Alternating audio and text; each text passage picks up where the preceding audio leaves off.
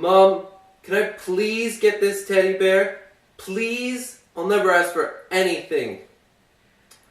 Willa clasped her hands together and gazed longingly at the stuffed teddy bear, staring at her from the department store shelf.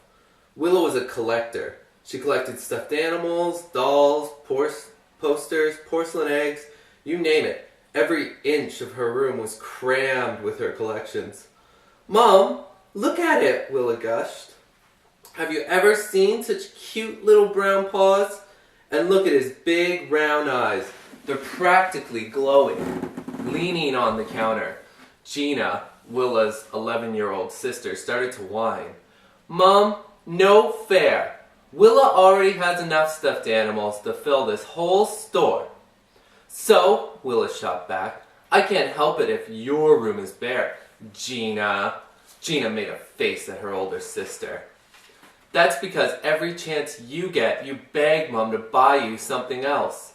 Mom, get me this. Mom, buy me that, Gina mimicked. Girls, that's enough, Mrs. Stewart cut them off. Willa and Gina glared at each other. Willa, you're 12. Are you getting too old for teddy bears? Her mother asked. I can't help it, Mom, Willa replied. I want him. He's not like any other stuffed animal I've ever seen. His eyes are weird, Gina commented. They are not, Willa protested. But she knew Gina was right. She could almost feel the bear studying her with those huge eyes of his. Willa, her mother said, there isn't any space left in your room. Where will you put it? I'll put Old Bear on the shelf and sleep with this one, Willa replied. Gina folded her arms. What's wrong with Old Bear? Nothing, Willa told her. I just love this one. She pressed him against her cheek.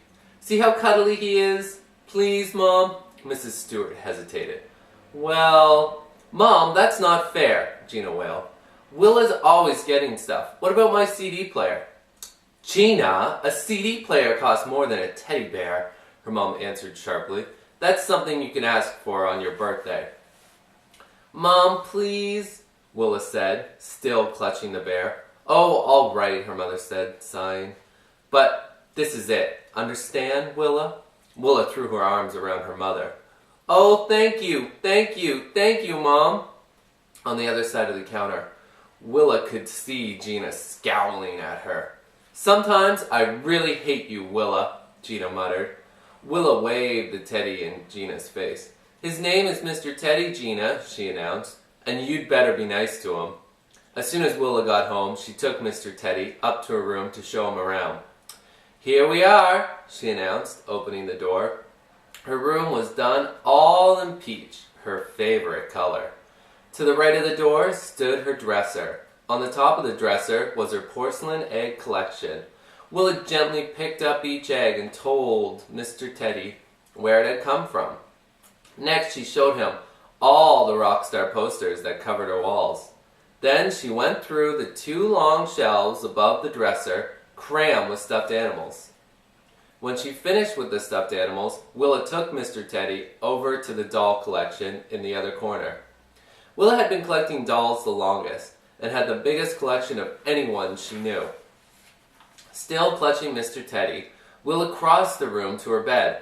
Hello, Old Bear, she said. She reached onto the pillow and picked up her raggedy old teddy bear, the one she'd slept with since she was a baby, and kissed him on the top of his head. You're going to sleep over here now, she said, crossing back over to the shelves. She pushed aside a stuffed unicorn to make room for the old bear. Sleep tight, she told him. Gina poked her head into the room. Who's in here? She asked. No one, Willa replied. Then who are you talking to? Nobody. Gina's eyes lit up. You were talking to your stuffed animals again, weren't you? She started laughing at Willa. Shut up, Gina, Willa snapped. You're mad because you didn't get a CD player. I am not, Gina answered. I'm mad because you have Mom wrapped around your little finger. Every time you ask for something, she buys it. She stormed out, slamming the door behind her. Willa glanced down at Mr. Teddy. Don't worry about Gina, she whispered, carefully placing him on her pillow. I bet she wishes she had a special bear too, but she doesn't. You're all mine, Mr. Teddy, all mine. That night, Willa slept with Mr. Teddy hooked in her arm. At first it felt funny to sleep with something so soft and fluffy. All the fur on Old Bear had worn off a long time ago. Mr. Teddy seemed to be staring at her. Every time she turned or moved, she felt his big eyes watching her. Willa woke up the next morning. The sun had barely begun to rise. Outside, she could hear birds chirping. Something didn't feel right. She lifted her head and stared down at her bed. Where was Mr. Teddy? She groped around her covers, but couldn't feel him anywhere. Where was he? Willa pulled herself up, squinting in the dim light. Had Mr. Teddy fallen out of bed? She peered down at the floor. Not there. She shook her covers again, then leaned over to check underneath the bed. Are you there, Mr. Teddy? She called softly. A sock and some dust balls stared back at her. Where could Mr. Teddy be? Willa's eyes moved up her dresser, then over to the windowsill above the doll corner. She caught her breath. Mr. Teddy sat, propped up on the windowsill, staring back at her. His eyes seemed to be shining. Huh? Willa murmured. How did you get over there? She climbed out of bed and lifted him off the windowsill. Mr. Teddy, she scolded. What are you doing? Did you get up and move during the night? The bear's dark eyes glowed back at her. Stop staring at me like that, Willa laughed. You're giving me the creeps. She kissed him on the top of the head, then popped him back on the pillow. Maybe I woke up and put him there myself and don't remember, Willa said to herself. At breakfast, she caught Gina staring at her. What are you looking at? She asked sharply. Nothing, Gina smirked.